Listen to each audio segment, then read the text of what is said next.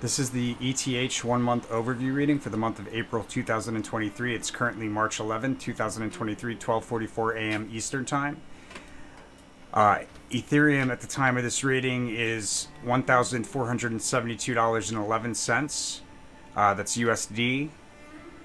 And the shuffle file that we're about to play for April's reading was created on February 27, 2023 at 4:42 p.m. Eastern Time.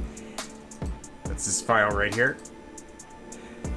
So the overall theme and behavior for the month, we have an important support level that's highlighted. It's interesting. I just did the Flux coin reading, and we had the same card, the Emperor card, for the theme card, and there was also a unicursal hexagram crossing the theme card. So the very similar thing going on here with ETH that we saw in Flux.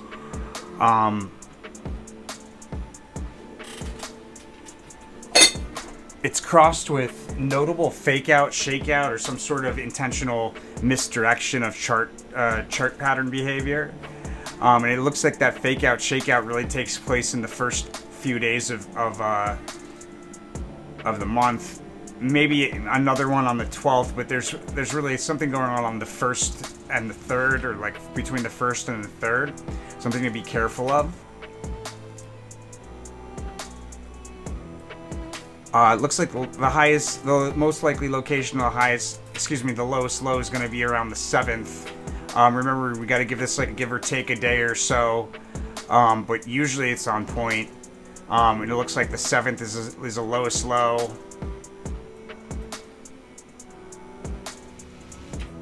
As well as the highest high being somewhere around the 27th. The unicursal hexagram energy is highlighted on the 11th, the 14th, and the 24th. So with the unicursal hexagram, two things happen with the unicursal hexagram. Either that's a point at which there'll be a sharp decline, a peak, and then there's a sharp decline, and the unicursal kind of marks the moment right before the sharp decline. Or it marks a price level that when we have the next multi-day decline, it will have declined through that price level. It's usually the first of the two, but frequent enough that it's the second of the two that it's worth mentioning. Behavior around the lowest low for the month, we have a notable move out of oversold territory, or possibly a short squeeze, or to fill a previous gap down. Behavior around the highest high, there's a sell-off through multiple support levels that starts from a near overbought crest or peak. So when we're looking to determine in real time on the chart, we're going to be looking for that type of behavior when we're looking to determine the highest high or the lowest low. It's important to understand how to use that information. Before we go any further, guys, I want to take a look at we didn't do the past few months for ETH as far as monthly readings, but we did do the 1 year. The 1 year was conducted on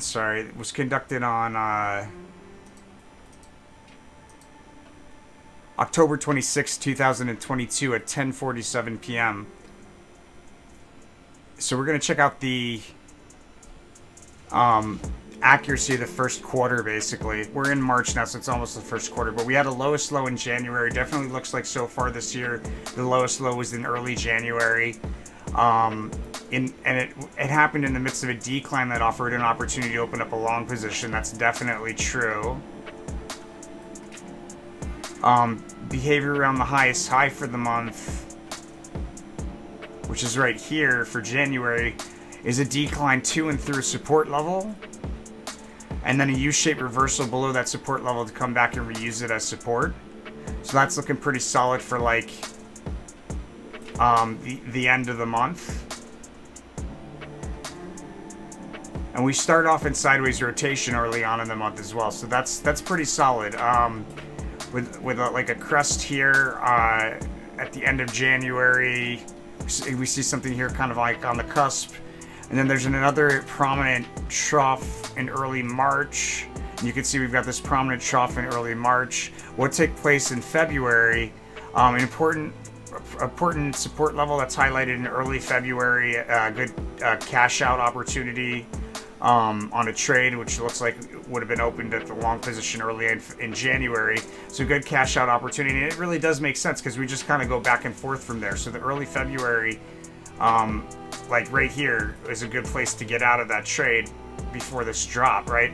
Off of the high for February, there's the halting of a bullish trend marked by a sharp decline through key support.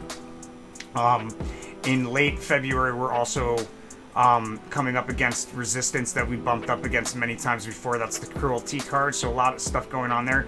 And then the low for February, we had a rally along a diagonal trend line, breaking through horizontal resistance to meet secondary resistance before pulling back to somewhere between those two price levels. So this is pretty solid, guys. Okay, so then another prominent trough we have in early March. Notable decline through multiple support levels to meet the low for the March low, and then there's a big move in late March out of this, like a big move, like oversold territory. Excuse me, a big move, like a irrational move to the upside, reaching for a distant resistance level. And it looks like the high is going to be a pop and drop. So the high is probably towards the end of the month. We've got the unicursal there. That's important. So the unicursal takes place, and we see it in the March reading. Interesting. And it's towards the end of the month of March. So this is pretty solid, guys. So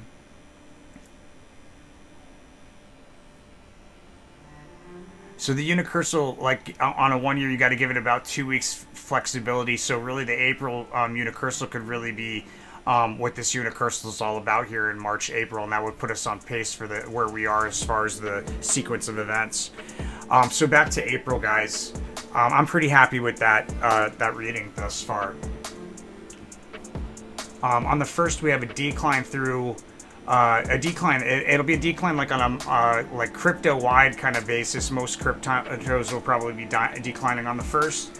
There's a trade opportunity there, which I'm going to get into that in the paid version. And there's a correlation to a fake out or shake out of the devil card, so be careful. Looks like a notable drop at the end of the day. And there's the trade. The shuffle file is done, so I'm going to get rid of that.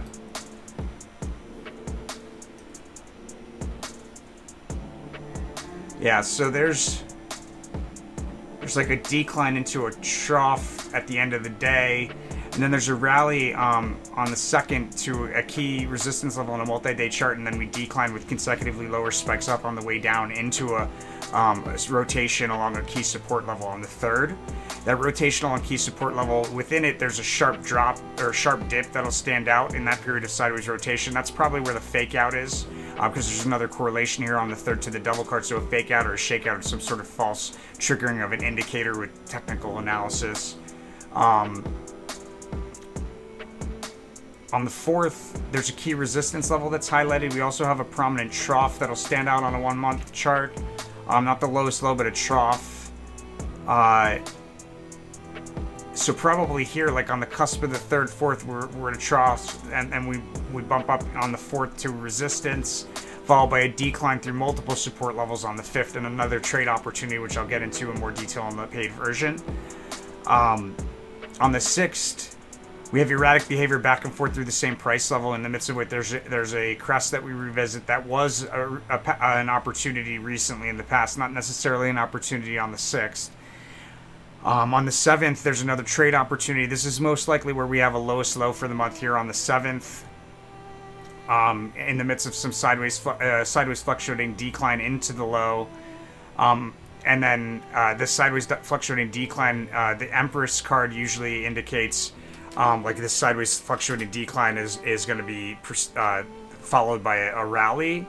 Now remember, off of the lowest low, we're looking for a big move, right, out of oversold territory. And what we have here on the 8th is a very bullish kind of behavior, bumping along resistance, maybe breaking through resistance, bumping along resistance again. But it's also combined with this this room, which is a significant move to the upside. So we should see a pretty big move between the 7th and the 9th. On the 9th, we have a prominent crest or peak that's easily missed, a brief opportunity that's easily missed, followed by a decline through multiple support levels into another prominent trough here, like on the cusp of the 9th,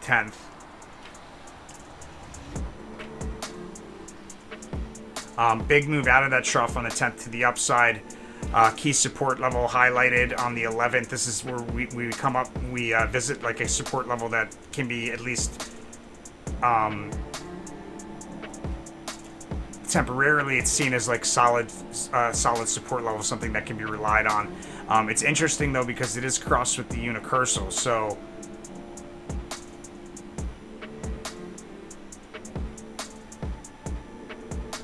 interesting.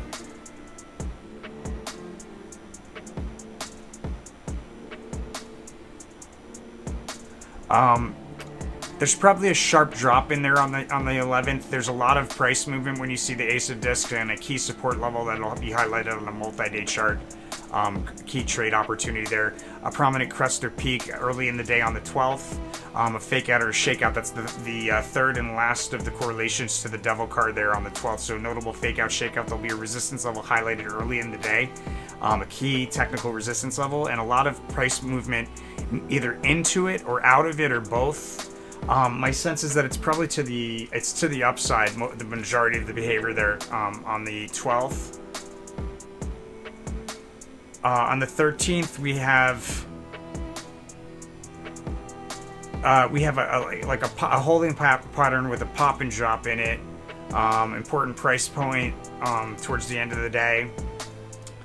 On the 14th, we have another highlight of a key support level that can be relied upon here on the 14th.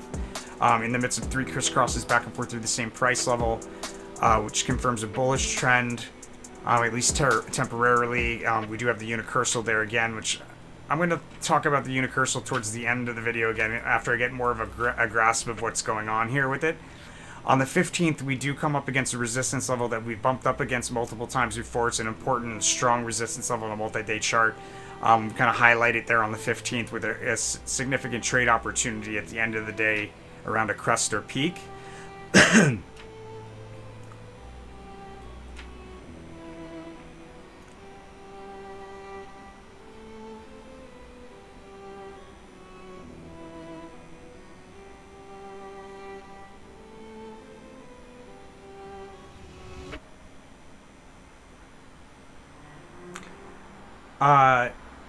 On the 16th, out of a decline, there's a notable move from the bottom of the range to the top of the range, a trade opportunity there as well. I'll talk about it in the paid version. On the 17th, from a crest, we sell off down to and through a support level in a multi-day chart. Do a U-shaped reversal below that support level, come back and reuse it as support. Failed attempt on the 18th to break through key resistance about midday at a prominent peak or crest, and we declined pretty notably from that peak or crest. We poked through it momentarily, but we declined pretty notably from it. It's a failed attempt to break through key resistance, followed by a decline through key support. We're bumping up against key resistance again on the 19th, where there's multiple failed attempts to break through it again. On the 20th, an important range is highlighted. Looks like the upper end of a range highlighted on the 20th. On the 21st, a period of volatility that ends with a fast sudden move higher, taking us to another failed attempt to break through key resistance on the 22nd, followed by a decline through key support on the 22nd. The thing is that failed attempt to break through key resistance, it's probably the same resistance that we failed to break through on the 18th, 19th, and then the decline probably declined through support that was seen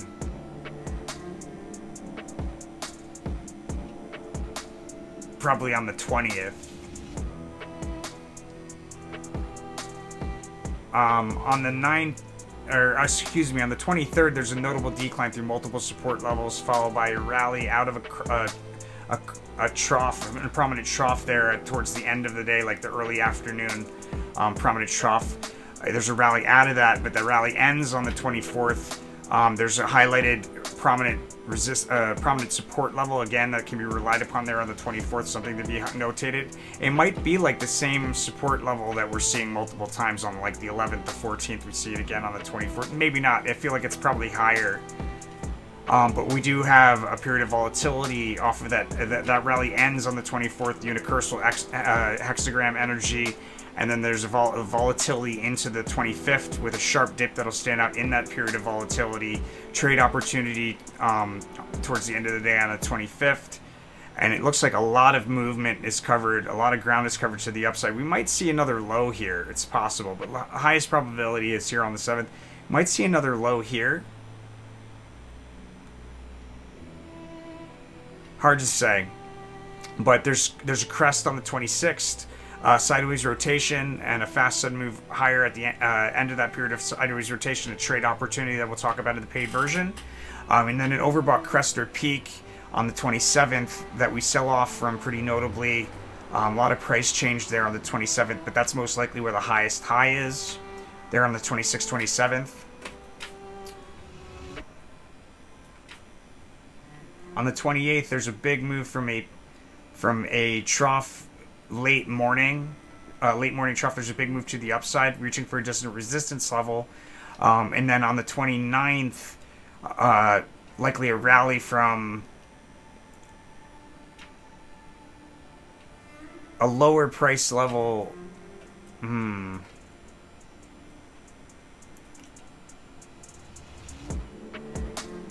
We might actually see, we might continue rallying from the 27th into the 30th. I'm getting a highest high on the 27th, so we probably top off there, but then it looks like we either bump up against it again, or we bump up against it and turn it into new support at the end of the month. There's a big move to the upside on the 29th that does mark an opportunity to open up a short position, which I'll talk about more in the paid version. And then on the 30th, we establish support. There's a big move to the upside standing out on a multi-day chart, and then another establishment of support at a higher level. That's the 30th. Sneak preview for May is a period of sideways rotation along a key support level. So probably the same support that's highlighted here on the 11th, 14th, and possibly the 24th, or maybe one of the support levels if they're not the same.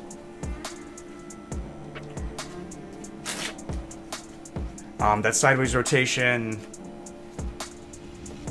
looks like it's pretty steady sideways rotation with some mixed behavior throughout the month. We also have that correlation there, actually, the fourth correlation to the Emperor card. So it very likely is the same support level that's highlighted throughout the month here, continued to be highlighted in May. And that's that's April's prediction of ETH. Guys, if you're interested in the paid version, the way that you go about getting that, guys, it's a really great way to support the channel. Go to the website tarotfortraders.com, check out our Eso-Meta forecasts. Click here for your forecast. Type in the ticker, in this case, ETH, and subscribe. That's a super important way to help out the channel. We definitely remember everybody that does this. There's only 3 more spots. We can only do so many of these a month, guys. There's only 3 more spots available at the $111 a month subscription. After that, it goes to $249. Just out of necessity, I can't keep doing that many. I can only do so many. So steal it while it's still at 111, guys. It'll never be at that price level again once it changes. But most importantly, make sure to follow the rule of karma. That's what the whole channel is about, guys. You follow the rule of karma by paying it forward 5% of your profits here to one of these charities. 5% of the profits back to the channel as a thank you and help support the channel for all the free work that we do. And then make sure whatever you do, you spend that money out of love. The universe is going to send it back to you tenfold in all directions. My friends, I'll see you on the next one. Stay tuned if you got the paid version. We're going to get into the best trades that we see for the month momentarily.